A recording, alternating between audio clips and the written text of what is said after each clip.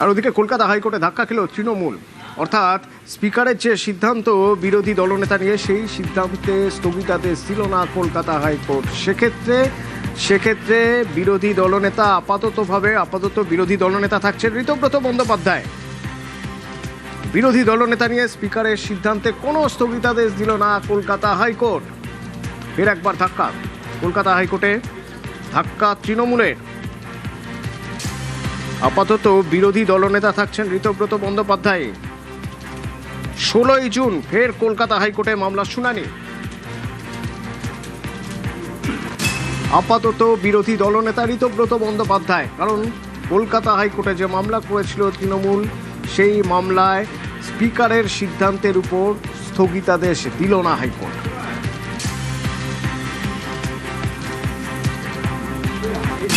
অর্ণব আছে আমার সঙ্গে, একবার কথা বলবো। অর্ণব, সেক্ষেত্রে হাইকোর্টের পর্যবেক্ষণ কি?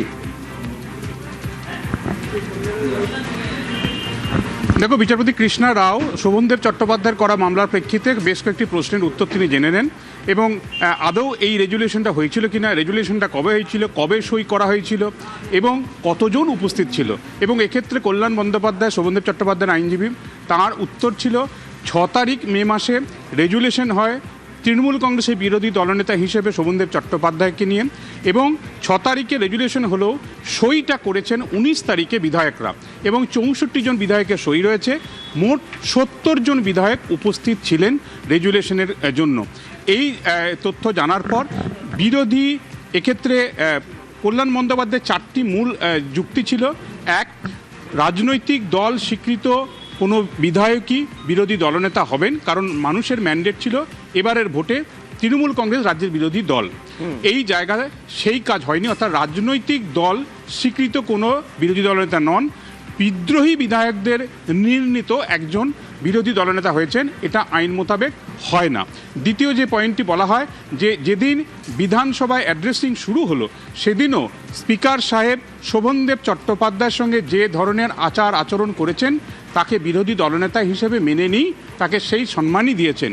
তৃতীয় যে বিষয়টি বারবার বলা হয়েছে, যে এখনো পর্যন্ত কোনো লিখিত অর্ডার পাবলিক ডোমেনে শোভনদেব চট্টোপাধ্যায়রা পাননি, কিন্তু বিধানসভার মধ্যে বিরোধী দলনেতার ঘর ব্যবহার করছেন ঋতব্রত বন্দ্যোপাধ্যায়, এবং বিরোধী দলনেতার গাড়ি ব্যবহার করছেন ঋতব্রত বন্দ্যোপাধ্যায়।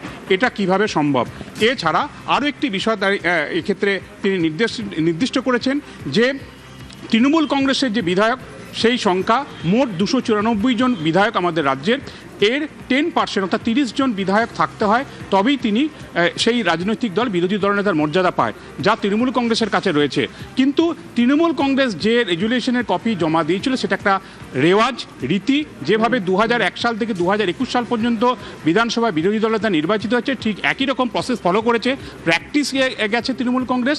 কাজেই তাদের এই বিরোধী দলনেতা পদটাকে যেভাবে স্পিকার অবমাননা করছে, স্পিকারের সিদ্ধান্তের উপর স্থগিতাদেশ কলকাতা হাইকোর্ট। রাজ্যের অতিরিক্ত অ্যাডভোকেট জেনারেল বিল্লদল ভট্টাচার্য, তিনি বিধানসভার প্রসিডিংয়ে 357 নম্বর যে রুল বা বিধি, সেটা দেখিয়ে বিচারপতির নজরে আনেন, এবং কিছুটা সময় চাওয়া হয়।